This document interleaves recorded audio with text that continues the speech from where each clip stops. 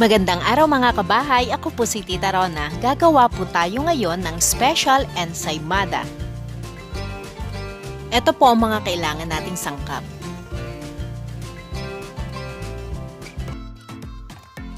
Unahin po muna natin i-grease ang molder na gagamitin natin.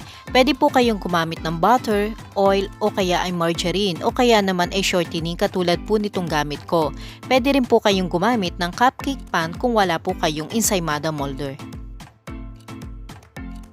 Sa isang bowl, pagsamahin po natin ang flour, powdered milk, sugar, instant dry yeast at salt. Sa powdered milk po, any brand ay pwede nyong gamitin. Sa salt naman po, mas maganda kung ang gagamitin nyo ay iodized salt para po pino yung ating salt at madaling matunaw.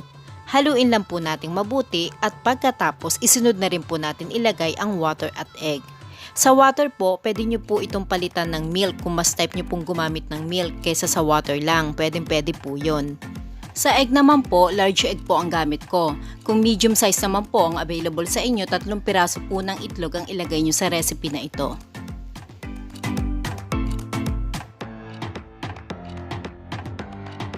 At pagkatapos, ilagay na rin po natin ang butter. Naku mga kabahay, kung naaamoy nyo lang po ang bango ng butter na gamit ko. Kung wala po kayong butter, pwede po ang margarine o shortening. Kahit po lard, pwede rin po gamitin. Haluin lang po natin ito hanggang sa mabuo ang ating dough. Sa proseso pong ito, hindi pa po ito ang kneading process. Hinahalo lang po natin ito para mabuo ang ating dough. May nagtanong po kasi sa akin kung kasama daw po sa bilang ng minuto sa pagmamasa yung paghahalo. Hindi po kasama yun. Oras na mabuo po itong ating dough, doon pa lang po tayo magsisimula magbilang ng minuto sa pagmamasa. Okay na po ito, ilagay na po natin sa working table. Maglagay lang po tayo ng kaunting flour, mga 1/4 cup lang po ng flour ang nagamit ko dito. Para lang po wag dumikit sa mga kamay natin habang minamasa. Mamasahin po natin ito ng 10 to 15 minutes. Huwag po tayo mag-a-add ng higit o sobra sa 1/4 cup ng flour para po hindi maiba o magbago ang texture ng ating dough.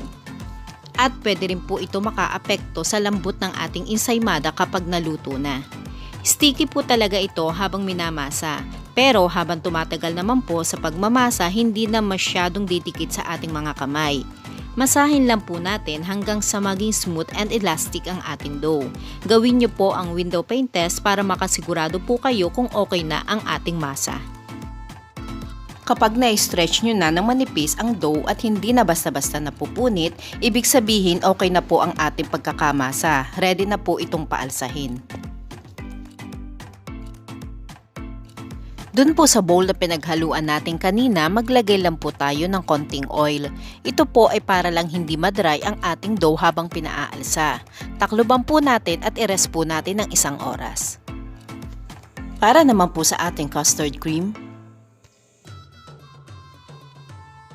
Sa isang kawali, pagsamahin lang po natin ang evaporated milk, sugar, egg yolk at flour. Haluin lang po hanggang sa matunaw ng husto yung flour. Pwede nyo po itong salain kung gusto nyo po ng talagang pino at walang buo-buong flour ang ating custard cream.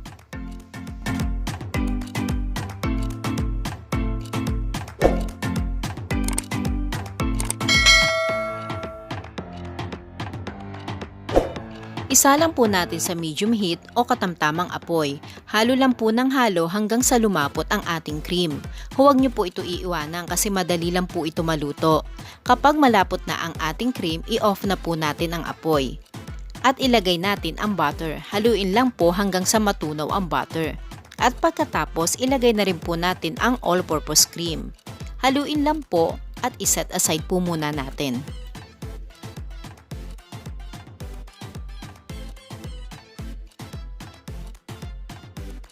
Pagkatapos po ng 1 oras, ito na po yung ating dough.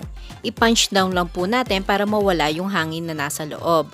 Masahin lang po ng konti at pagkatapos i-cut po natin at timbangin sa size na gusto nyo. Ito pong sa akin, tinimbang ko ng 50 grams ang bawat isa. At nakagawa ako dito sa recipe na ito ng 20 pieces.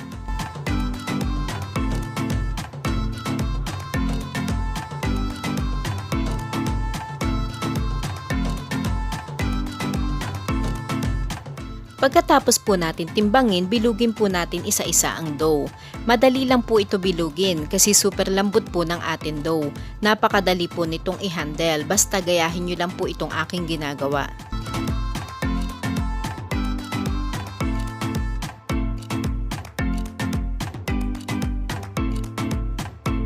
Pagkatapos po natin bilugin, ilagay na po natin sa ating molder. Takloban po natin at i-rest po uli natin ng 1 oras hanggang sa maging doble na po yung size niya. Pagkatapos ng 1 oras, umalsa na yung ating dough.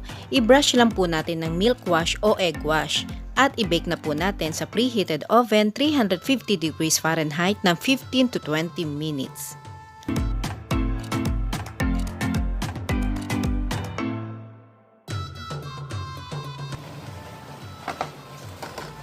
After maluto, brush po uli natin ng milk wash. Ito po ay para hindi kumulubot yung ating bread kapag nahanginan habang pinalalamig natin. 2 batch nga po pala ang ginawa ko. Itong isa 80 grams ang timbang kaya medyo malaki.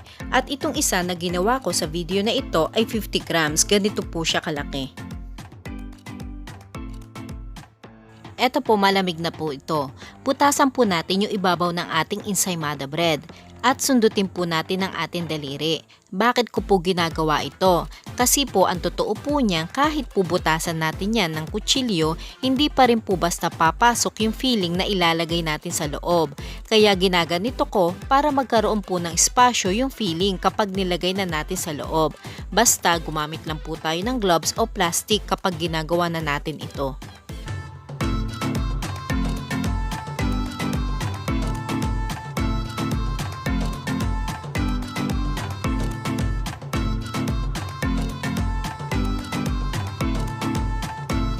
Yung filling po niya sa loob, yun na rin ang ginawa kong frosting sa ibabaw. At pagkatapos, budburan na natin ng grated keso. Mas maraming keso, mas masarap. At pwede rin po kayo maglagay ng salted egg sa ibabaw nito para dagdag sarap sa ating ensaymada.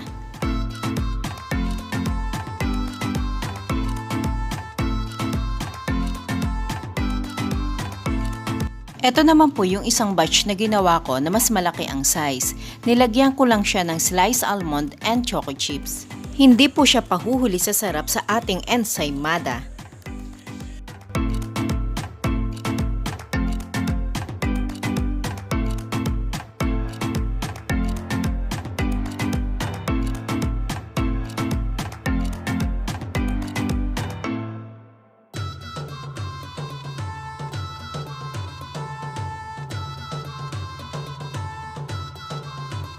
Mga kabahay, maraming salamat po sa inyong panonood at sana nagustuhan nyo at may natutunan kayo sa recipe ko na ito. Pakiabangan nyo po ang mga susunod ko pang mga video. Maraming salamat po, ingat po and God bless!